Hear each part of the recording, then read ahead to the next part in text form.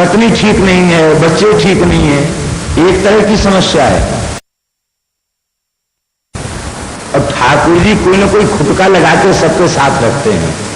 ये बड़े दयालु हैं, ये दया बस भी खुटका लगा देते हैं, क्योंकि ये खुटका न लगावें तो जीव का वैसे भी भोगों से वैराग्य होना संभव नहीं है। वो थोड़ी बहुत खुटका लगाते हैं कि थोड़ा हमारा भजन तो करे, हमारी याद तो करे, इसलिए थोड़ा बहुत कोई ना कोई समस्या सबके पीछे छोड़ देते हैं ठाकुर जी। अब संसार का सुख क्या है भगवान बता रहे हैं। बोले देवी, गृहस्थाश्रम का सुख सबसे श्रेष्ठ यही है कि बेचारा गृहस्थ पुरुष कमा करके थका मादा घर में लौटता है। कभी किसी से झगड़ा हो गया, कभी किसी ने गाली दे दिया, कभी किसी ने व्यंग कस दिए, वहां से उदास होकर के, दुखी होकर के, भूखा प्यासा थका मादा क्लांत श्रांत उसका नायक पति जब घर आता है तो बस पत्नी द्वार पर आकर मुस्कुरा देती है, अरे भूख लगी है, आज क्या हो गया, इतने उदास क्यों हैं, अब ये तो ठीक है ना आपकी। बस इतने से ही उसके सारे दिन भर का विषाद अवसाद खत्म हो जाता है। फिर वो भी हंसने लग जाता है और कहता है ठीक तो नहीं था, लेकिन बस तुम्हें देख लिया ठीक हो गया। ये गृहस्थियों का यही आनंद है, इससे बड़ा आनंद गृहस्थ आश्रम में कोई दूसरा नहीं है। तो भगवान बोले हमने भी सोचा कि चले हम भी जैसे गृहस्थ पुरुष बातचीत करते हैं, हम भी बातचीत करके आनंद लें। और दूसरा कारण देवी ये था कि तुम्हारे प्रसन्नता से खिले हुए मुखकमल को तो हमने देखा, किंतु मान लीला के समय तुम्हारी छवि कैसी होती है वो हम देखना चाहते थे, लेकिन तुम तो इतनी कोमला हो कि मान से सर्वथा अनभिज्ञ हो और तुम तो बेहोश ही हो गई, मूर्छती हो गई। इसलिए देवी अब तुम्हारी प्रकृति का पता चल गया कि तुम्हें कुछ सहन नहीं हो सकता। ये मान का सुख प्रदान करने वाली तो साक्षात श्री जी हैं। श्री जी के चरणों में ही ठाकुर जी को मान का सुख प्राप्त होता है और वे कहीं चले जाएं। ऐश्वर्य लीला में सत्यभामा जी मान का सुख देती हैं, लेकिन माधुरी अधिष्ठात्री श्री ये मान का अद्भुत सुख देती है श्री ठाकुर जी को। बोले श्री राधा रानी की। तो अयम ही परमो लाभो गृहेषु गृह मेधिनाम यन्ननमयी नीयते यामः प्रिया भीरु भामिनी। हे भामिनी, हंसी मजाक में थोड़ा सा समय वो व्यतीत कर लेता है, बस यही गृहस्थाश्रम का सुख है, बाकी गृहस्थाश्रम में कोई दूसरा सुख नहीं है। श्री समर्थ स्वामी रामदास जी महाराज विवाह तय हो गया, दुल्हा बन के बारात में गए, ब्याह मंडप में बैठे थे। वहां ससुराल की बहू बेटियां गीत गा रही थी। उन गीतों का भाव ये था कि अरे बनाजी क्यों फूले नहीं समा रहे हो, अभी ढोल बजते बजते तुम्हारे हाथ में और पैर में बेड़ी पड़ने वाली है, ये मूड मटकाना और ये प्रसन्न होना सब भूल जाएगा। इतना सुनते ही आपको तीव्र वैराग्य हो गया। हनुमान जी के तरफ थी, राम नाम की गर्जना करके छलांग लगाई तो पूरे मंडप को लांग करके पता नहीं कहां चले गए। नदी थी भीमा नदी, उस भीमा नदी में कूद गए और अब महाराज रात का समय था, भीमा में आपको खोजा नहीं मिला। भागते भागते तैरते तैरते गुफा के सहारे जाके निकल गए। गुफा में बैठ करके एक आसन से 13 करोड़ श्री राम जय राम इस विजय मंत्र का 13 करोड़ जप किया और 13 करोड़ जप करके साक्षात श्री रघुनाथ जी का दर्शन प्राप्त किया। अखंड बाल ब्रह्मचारी भी रहे, विवाह मंडप से उछल के भागे। रहीमन जी ने कहा, रहीमन ब्याह व्याधि है, रहे तो सको बचाए, पामन बेड़ी पड़त है, ढोल बजाए बजाए। इसका तात्पर्य ये नहीं है कि हम सबको उपदेश दे रहे हों कि सब घर छोड़ दो, इसका मतलब ये नहीं है। कहने का तात्पर्य है यदि किसी के हृदय में संसार के प्रति राग है तो उसे अपने राग की निवृत्ति गृहस्थाश्रम में प्रवेश पूर्वक करनी चाहिए, किंतु यदि संसार से वैराग्य है तो फिर उसके लिए पिता माता का भी कर्तव्य है कि वे पुत्र से दुराग्रह न करें। एक भक्त बालक का चरित्र हमने सुना है, कहते उनके पिता ने उनका संबंध निश्चित कर दिया। उन्होंने कहा, पिताजी शरीर भजन के लिए मिला है, विषय भोग के लिए नहीं मिला है। हम तो अखंड ब्रह्मचर्य का पालन करते हुए भजन करेंगे। यह सुनने के बाद पिताजी ने एक थप्पड़ लगाया, कहा, मैंने पैदा किया है, मेरा बेटा मेरी बात नहीं मानेगा, मैंने शरीर दिया है और मैं जो चाहूंगा वो तुझे करना पड़ेगा। बेटा बोला कि हम तो सोचते थे ये शरीर भगवान ने दिया है, भजन के लिए दिया है। अच्छा हुआ आपने बता दिया कि ये शरीर आपका दिया है, भजन के लिए नहीं मिला है, तो ये शरीर आप वापस ले लीजिए, हम भजन के लिए दूसरा शरीर। तुरंत बैठ गया ध्यान में और भगवान नाम उच्चारण करते करते देह का त्याग कर दिया। उसी क्षण देह का त्याग कर दिया। 17-18 साल का बालक, वासुदेव जी नाम था संभवतः उनका, वासुदेव नाम था। श्री ठाकर श्री भाई बताते उनके बारे में। वासुदेव शरीर छोड़ दिया। कहने का तात्पर्य है, संसार के प्रति जिसका राग नहीं है वह निवृत्त होकर के भजन करे तो इसमें उसका भी कल्याण और समग्र विश्व का भी कल्याण है। इसलिए ऐसा समझना चाहिए। श्री वृंदावन बिहारी भगवान की संतति का वर्णन है। 16,108 रानी पटरानी, प्रत्येक रानी के 10-10 पुत्र और एक एक कन्या। इसी हिसाब से जोड़ लीजिए, 16,108 का 11 गुना 10 गुना कर दीजिए तो 16,108 तो कन्याएं ही होगी, और 16,108 का 10 गुना कर दो, उतनी संख्या के पुत्र हो गए। इस प्रकार से यह इतनी उनकी संतान भाई, बहुत बड़ी संतान का विस्तार हुआ।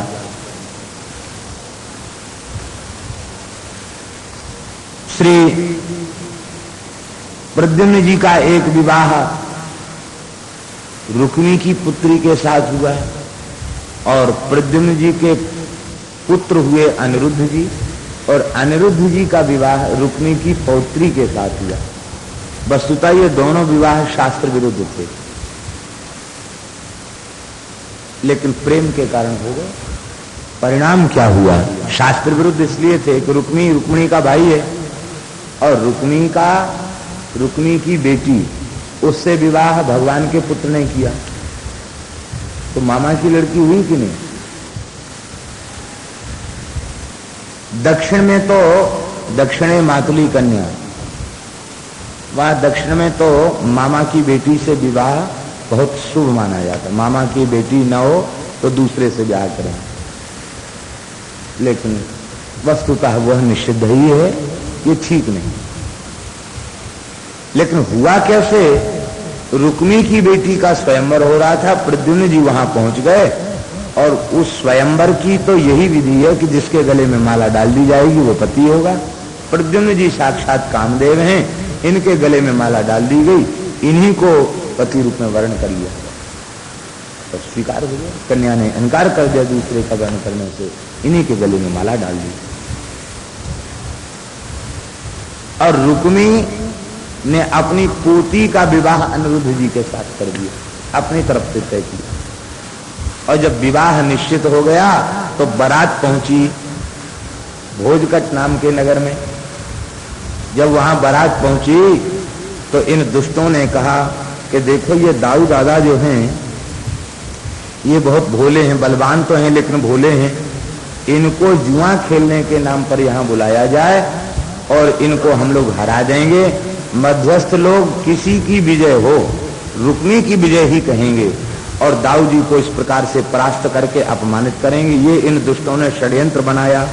श्री कृष्ण को नहीं बुलाया, बोले ये बहुत चतुर हैं, ये हमारी बातों में आने वाले नहीं, दाऊ जी बातों में आ जाएंगे।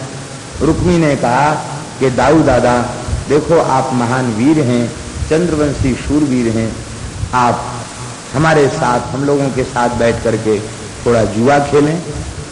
दाऊ जी ने कहा कि जूत क्रीड़ा महान पाप है, जुआ खेलना महापाप है, जुआ नहीं खेलना चाहिए धर्मात्मा पुरुष को। इतना सुनते ही रुक्मी बोला, महाराज क्या धर्म की बातें करते हो? क्षत्रिय लोग, राजा लोग युद्ध में बाणों से खेलते हैं, दरबार में बैठकर पासों से खेलते हैं। गरीब आदमी क्या जुआ खेलेगा? हम लोग राजा लोग हैं। अरे महाराज जीतोगे तो मुनाफा तो आपको ही होगा। ऐसी मीठी मीठी बातें करके दाऊ जी को राजी कर लिया। दाऊ जी बोले चलो खेल लेते, जब सबकी इच्छा है। बैठ गए। श्री दाऊ दादा ने स्वर्ण मुद्राएं लगाई। शतम सहस्रम अयुतम रामस्तत्रा ददे पणम तंतु रुक्म्य जय तत्र कलिंग प्राह सद्बलम। 100 स्वर्ण मुद्राएं दाव पर लगाई, रुक्मी ने जीत लिया। 1000 मुद्राएं दाव पर लगाई, रुक्मी ने जीत लिया। 10,000 मुद्राएं दाव पर लगाई गई, रुक्मी ने जीत लिया। अब तो कलिंग राज हंसने लग गया और दांत दिखा दिखा करके हंसने लग गया। कहने लगा, आहा वाह, बड़े वीर बनते थे, हार गए। 3 दाव में से 1 दाव भी नहीं जीत सके। चिढ़ा दिया दाऊ जी को। दाऊ जी तो शेषावतार, चिढ़ जाएं तो इनके क्रोध का क्या ठिकाना। एक नेत्र लाल हो गए, फुफकारने लगे।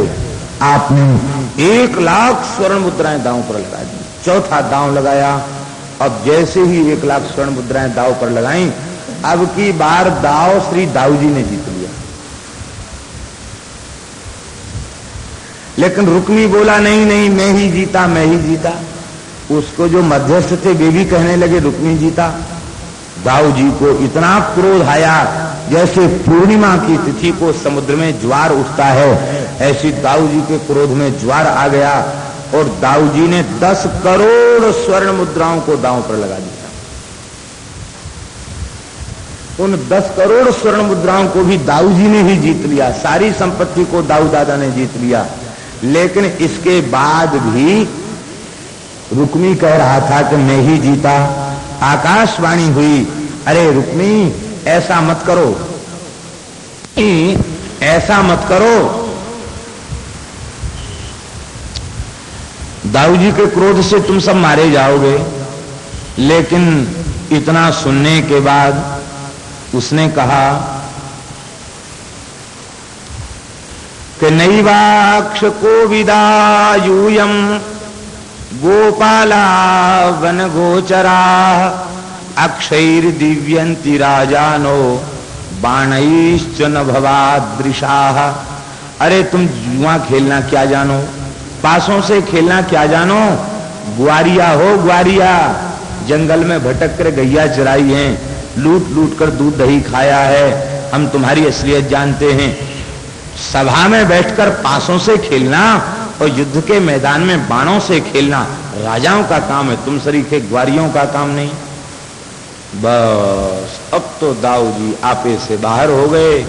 एक विशाल परिघ रखा था लोहे का, फौलाद का, घुमा करके महाराज प्रधान अपने ठाकुर जी के खास साले साहब की खोपड़ी में जड़ दिया। वहीं चटनी बन गई उसकी। कलंग नरेश दांत दिखा के हंसा था, उसको भी मार दिया। जितने राजा वहां थे मध्यस्थ साहब के, किसी की टांग, किसी का हाथ, किसी का पैर, किसी का मुंह, सबका तोड़ दिया। रंग में भंग हो गया। क्यों हुआ रंग में भंग? शास्त्रीय विधि का उल्लंघन करने पर भगवान जो मंगल के भवन हैं, उनके कृत्य का भी मंगल संभव नहीं है। ये भगवान ने दिखाया। ये गलत विवाह हुआ, इसलिए विवाह में मंगल होना चाहिए, अमंगल हो गया। लड़की का बाबा ही मारा गया, तमाम राजा मारे गए। उस समय भगवान के सामने बात पहुंची। निहिते रुक्मणी श्याले नाब्रवीत साध्व साधुवा रुक्मणी बलयो राजन स्नेह भंग भयाधरी। पत्रकार पहुंचे और उन्होंने पूछा कि आप इस घटना के संबंध में क्या कहना चाहते हैं। भगवान ने संवाददाता सम्मेलन में बोलने से इनकार कर दिया। बोले हम नहीं बोलेंगे। क्यों? मौन हो गए भगवान। इसलिए अच्छा बुरा कुछ भी नहीं कहा, क्योंकि यदि हम कह देते हैं कि दुष्ट मारे गए, अच्छा हुआ, दुष्टों के वध के लिए हमारा अवतार हुआ है। रुक्मिणी जी नाराज हो कहे हमारा तो भाई मारा गया, और ये कहते बहुत अच्छा हुआ। और यदि हमने कह दिया कि भाई मारना तो था ही, फिर कभी मार देते, अभी कम से कम विवाह का प्रकरण था, अभी तो उनको क्षमादान कर देना चाहिए, तो दाऊ दादा नाराज हो जाएंगे, ब्याह से ही बीच से उठ के चले जाएंगे, कहेंगे देखो अपनी घरवाली को खुश किया, अपने भाई की इज्जत पर ध्यान नहीं दिया।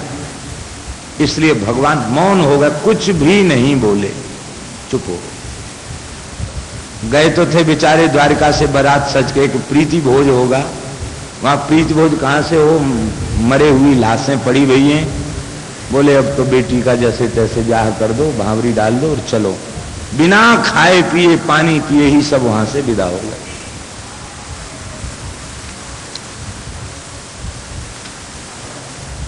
स्वप्न में बाणासुर की पुत्री उषा ने श्री अनिरुद्ध जी का दर्शन किया।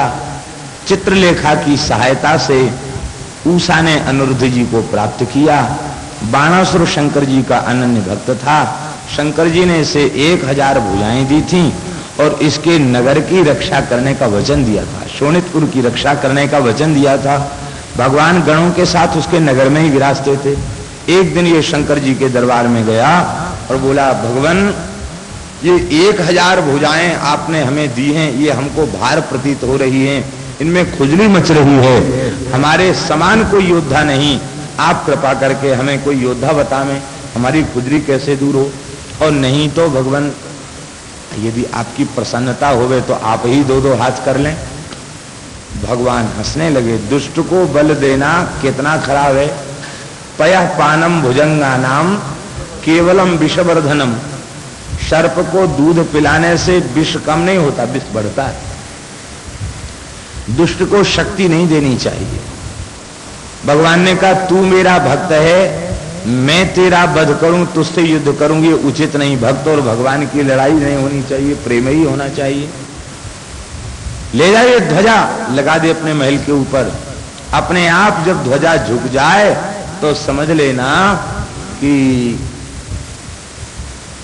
तेरी भुजाओं की खुजली को दूर करने वाला कोई वीर आ गया है। अनिरुद्ध जी महाराज पहुंचे हैं बाणासुर की पुत्री उषा के महल में। उषा ने गांधर्व विधि से विवाह कर लिया है, महल में ही निवास करने लगे हैं। सैनिकों ने बताया है आपकी राजकुमारी के महल में किसी पुरुष के बोलने की आवाज आती है। अब तो ये त्रिशूल लेकर के भीतर घुसा। अनिरुद्ध जी महाराज बड़े बलवान हैं, साक्षात चतुर्व्यूह में भगवान के स्वरूप हैं। श्री अनिरुद्ध जी महाराज ने प्रचंड युद्ध किया, लेकिन अन्यायपूर्वक उन्हें बंदी बना लिया गया। भगवान सहज सर्वज्ञ हैं, लेकिन फिर भी वे संतों की महिमा को बढ़ाते हैं। नारद जी पहुंचे और नारद जी ने कहा कि भगवान इस समय अनिरुद्ध जी का दर्शन नहीं हो रहा, आपके पौत्र अनिरुद्ध जी का। भगवान बोले कि होंगे कहीं। 16,108 दादियां हैं उनकी, 16,108 तो दादी हैं। वो दादियां बहुत प्रेम करती हैं अनिरुद्ध जी से, किसी दादी के महल में होंगे। नारद जी बोले महाराज इतनी संख्या बढ़ चुकी है कि एक लिस्ट बना लीजिए, रोज हाजिरी लिया करो, कौन द्वारिका में उपस्थित है कौन अनुपस्थित है। अनिरुद्ध जी किसी दादा दादी के महल में नहीं है, न किसी माता के महल में है। अनिरुद्ध जी महाराज तो बाणासुर के कारागार में हैं। आप प्रयत्न कीजिए। भगवान ने नारायणी सेना को लिया और नारायणी सेना को लेकर के भगवान पहुंच गए शोणितपुर। जैसे ही शोणितपुर पहुंचे हैं, ध्वजा अपने आप झुक गई। भयभीत होकर ये शंकर जी की शरण में गया।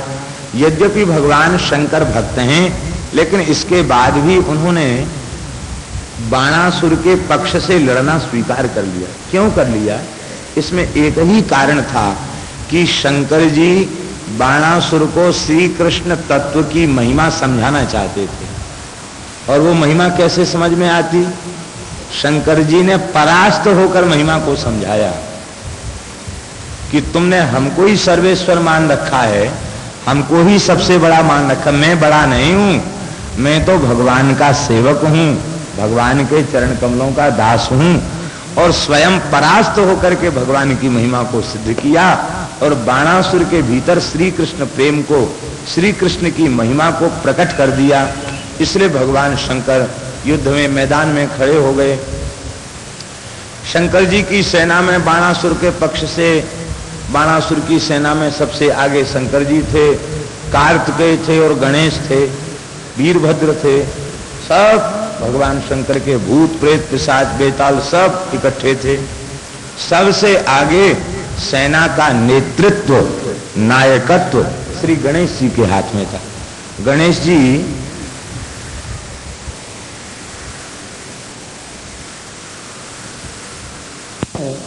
वो सेना के आगे आगे चल रहे थे। विजय नहीं हो पा रही थी द्वारिका वासियों की। द्वारिका वासियों ने कहा कि इतना प्रचंड युद्ध हो रहा है लेकिन कुछ भी लाभ नहीं मिला, युद्ध में प्रगति नहीं भई। इनका दल तो वैसे ही का वैसा है और हमारे दल के तो हौसले खराब हो रहे हैं, क्या किया जाए। ठाकुर जी बोले कि जिस सेना के अग्रभाग में मंगलकर्ता विघ्नहर्ता भगवान गणेश हों, उस सेना का अमंगल कैसे होगा, पराजय कैसे होगी। जब तक गणेश जी सामने हैं तब तक तुम्हें विजय नहीं मिलेगी। प्रद्युम्न जी बोले गणेश जी को तो हम मैदान से हटा देंगे। बोले कैसे? बोले देखो अभी हाल हटाते हैं। गर्ग संहिता में वर्णन है, बहुत विस्तार से युद्ध का वर्णन है गर्ग संहिता। श्री प्रद्युम्न जी महाराज बिलाव बन गए, बिल्ली बिलाव बन गए, बहुत विशाल बिलाव बन गए। और गणेश जी हैं मूषक वाहन, मूषक और बिडाल का बैर है। बस बिल्ला बन के म्याऊं म्याऊं करके जैसे खाने के लिए दौड़े।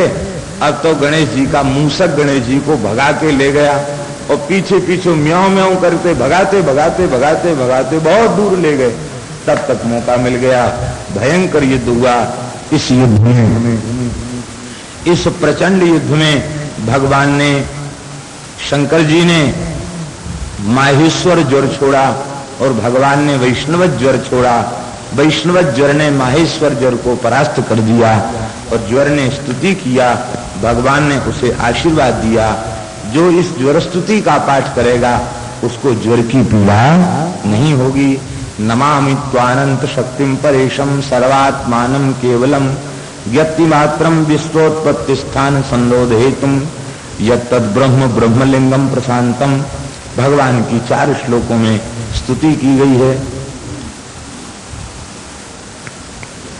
आज भी इस ज्वर स्तुति का प्रभाव है। कैसा भी म्यादी बुखार इन मंत्रों का पाठ करने से, अनुष्ठान करने से, इनका यंत्र बना करके धारण करने से ज्वर की निवृत्ति हो जाती। ऐसे स्तोत्र भी हैं, ऐसे मंत्र भी हैं जिनके उच्चारण से रोग दूर हो जाए। ऐसी औषधियां हैं जिन औषधियों को बांध लेने से ताप तिजारी रोग दूर हो जाए। ऐसे मंत्र हैं जिनसे झाड़ देने से रोग की निवृत्ति हो जाए। और संगीत में ऐसी गत हैं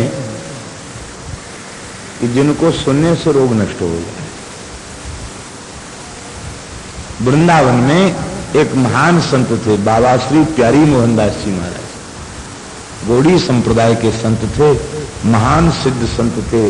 आयुर्वेद तो उनको सिद्ध था, पानी घाट पर रहते थे बाबा प्यारी मोहनदास जी, बड़े सिद्ध पुरुष।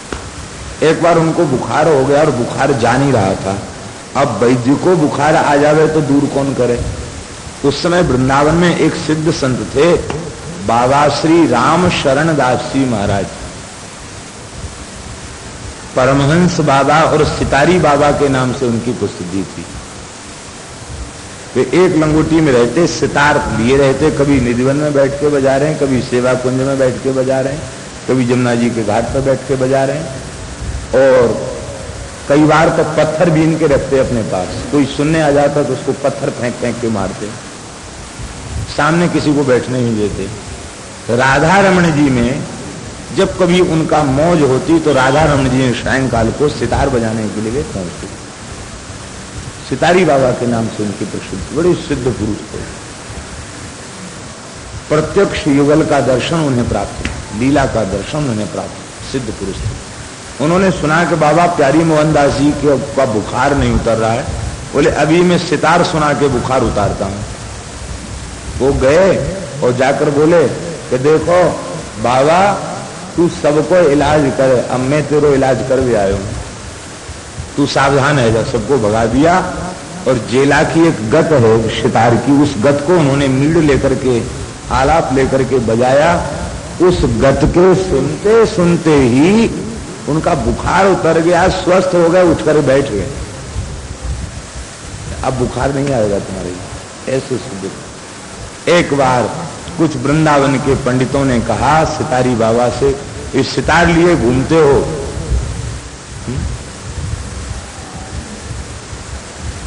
सुनते हैं राग रागनियों में चमत्कार थे, अब कोई चमत्कार है क्या? मेघ मलार गाने से वर्षा हो जाती थी, अब कोई मेघ मलार गा के पानी बरसा सकता है? बाबा हंसने लगे। पहले तो 10-5 गारी सुनाई उन्होंने गुसाइयों को, तो फक्कड़ महात्मा थे, जो मुंह में आता सो बोलने लगे। और गाली सुनाए के बाद जमुना जी के किनारे बैठे थे, उन्होंने मलार का आलाप भरा और जैसे ही मेघ मलार गाया कि बैसाख का महीना था, गड़गड़ गड़गड़ बिजली चमकने लग गई, काले काले बादल घिर के आए और डट के वर्षा भई। ऐसे सिद्ध थे बाबा श्री रामशरण दास जी महाराज, परमहंस बाबा। खाकचौक वाले महाराज को सितार उन्हीं ने सिखाया। तो कहते एक बार वो आए, वो सितार सिखाने आते तो कभी रात्रि को 1 बजे आते, कभी 2 बजे आते, क्यों पागलों के सिरे के घूमते रहते। आके कहते चल उठ, एक गत याद आ गई, सीख ले। सिखा के कहते ला गरम गरम हलवा खिला, आके फिर चल देते जमुना किनारे। ऐसे ही पड़े रहते थे कुंज के नीचे। एक खोल रखते थे जिसमें सितार में पानी वानी न लगे, वो खोल में उसको बंद करके रखते थे सितार, वो गुदड़ी ओढ़ते थे। सिद्ध संत खाकचौक आए और आकर के बोले कि हमको चित्रकूट भेज दे। उन्होंने कहा महाराज जीवन भर वृंदावन रहे, वृंदावन की सीमा से बाहर नहीं गए, ब्रज में विचरण किया, अब चित्रकूट क्यों जा रहे हो? तो हंसकर बोलते हैं देखो तुम जानते नहीं हो, वृंदावन युगल सरकार का सुख विलास है और चित्रकूट भी युगल सरकार का सुख विलास है। श्री सीताराम और श्री श्यामा श्याम इनमें भेद नहीं है। यहाँ के युगल विहार का तो खूब अवलोकन किया है, अब चित्रकूट के युगल विहार का दर्शन करना चाहते हैं, हमें चित्रकूट भेज दो। महाराज कहते कि ट्रेन में उनको मथुरा जाके बिठाया है, चित्रकूट गए। बैसाख का महीना था, चित्रकूट पहुंचे। कब पहुंचे? जानकी नवमी को चित्रकूट पहुंचे। जानकी नवमी रहे, दशमी रहे। जानकी नवमी को खूब सितार बजा बजा करके जहां जहां मंदिर थे सितार बजा बजा के जानकी नवमी के उत्सव में भाग लिया। इसके बाद जैसे ही वैशाख शुक्ल पक्ष की एकादशी आई तो बस एकादशी को मंदाकिनी में पहुंच गए। स्नान करके बीच शिला पर बैठ गए, दोनों ओर से मंदाकिनी बह रही है, बीच शिला पर बैठकर सितार बजाया, खूब कीर्तन किया, युगल नाम संकीर्तन किया। संकीर्तन करके सितार वहीं रख दिया और जल लेकर जैसे ही आचमन किया। कभी तिलक नहीं लगाते थे, परमहंस थे, उस दिन चंदन मांग करके संतों से तिलक लगाया और आचमन किया और शरीर छोड़ दिया। चित्रकूट में उनके नाम से झड़ा हुआ। तो महाराज कहते हमारे जीवन में वृंदावन में ऐसा कोई संत नहीं हुआ जिसके नाम से इतने भंडारे भये।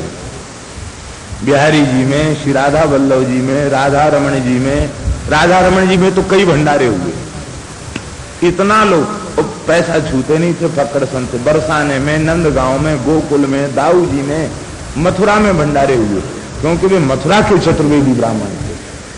विरक्त हो गए थे बचपन में ही और जन्मभूमि उनकी मथुरा की थी। मथुरा में बड़े बड़े भंडारे भरे उनके लिए। महाराज कहते सैकड़ों भंडारे भरे, साल भर भंडारे चलते रहे उनके लिए, जबकि वे महात्मा बिल्कुल निष्किंचन थे, न कोई झोपड़ी, न कोई चेला, न कोई स्थान, न कोई धन से उनका संयोग था। कहते ये देखा भगवान में जो तन्मय होता है। अभी अभी एक संत यहाँ थे, श्री कृष्ण शरण जी महाराज। कृष्ण शरण जी थे, आपके मावाणी कुंज में रहते थे, बड़े अच्छे संत थे। निकुंज वास हो गया उनका। वे भी बड़े निष्किंचन संत थे और उनके भी जगह जगह 2-3 भंडारे तो हम ही पा चुके होंगे। इसका तात्पर्य है जिनका श्री जी ठाकुर जी में अनुराग होता है उनका उत्सव ठाकुर जी का उत्सव है, उनका उत्सव स्वयं ठाकुर जी करते हैं। इसलिए भगवान के बन जाओ, श्री ठाकुर जी के यहाँ उत्सव होगा तभी यहाँ महोत्सव होगा, वहां उत्सव नहीं होगा तो यहां भी उत्सव नहीं होगा। श्री वृंदावन बिहारी लाल की। तो संत ऐसे ऐसे चमत्कारी होते हैं जो सितार सुना के बुखार भी उतार दें, तो ऐसे ऐसे संतों का चरित्र है। इसके बाद भगवान ने जम्भरणास्त्र से शंकर जी को मोहित कर दिया और शंकर जी नंदीश्वर पर बैठी बैठे सो गए। बाणासुर आया, भगवान ने एक बार तो उसको एकदम प्राण संकट में डाल दिए। इसकी एक धाय थी वो नग्न होकर सामने आ गई, ये पुनः भीतर गया और फिर से रथ पर बैठ करके आया। अब तो भगवान ने इसकी 1000 भुजाओं को काटना प्रारंभ किया, क्योंकि भोले बाबा से इसने कहा था ना कि खुजली मच रही है, तो मानो चक्र से भगवान ने खुजली दूर की उसकी। इधर भी काट दिया उधर भी काट दिया, केवल 4 भुजाएं अवशिष्ट रही। इसका तात्पर्य है उसकी कितनी भुजाएं भगवान ने काट दी? 996। 996 भुजाएं भगवान ने उसकी काट दी, केवल 4 भुजाएं शेष रह गईं। तब तक शंकर जी जागृत हो गए। शंकर जी ने कहा भगवान ये मेरा भक्त ऐसे छोड़ दीजिए। भगवान ने कहा कि अब तक तो 1000 भुजाएं थी तो असुर था, अब चतुर्भुज हो गया तो हमारे पार्षद भी चतुर्भुज होते हैं, अब तो ये हमारा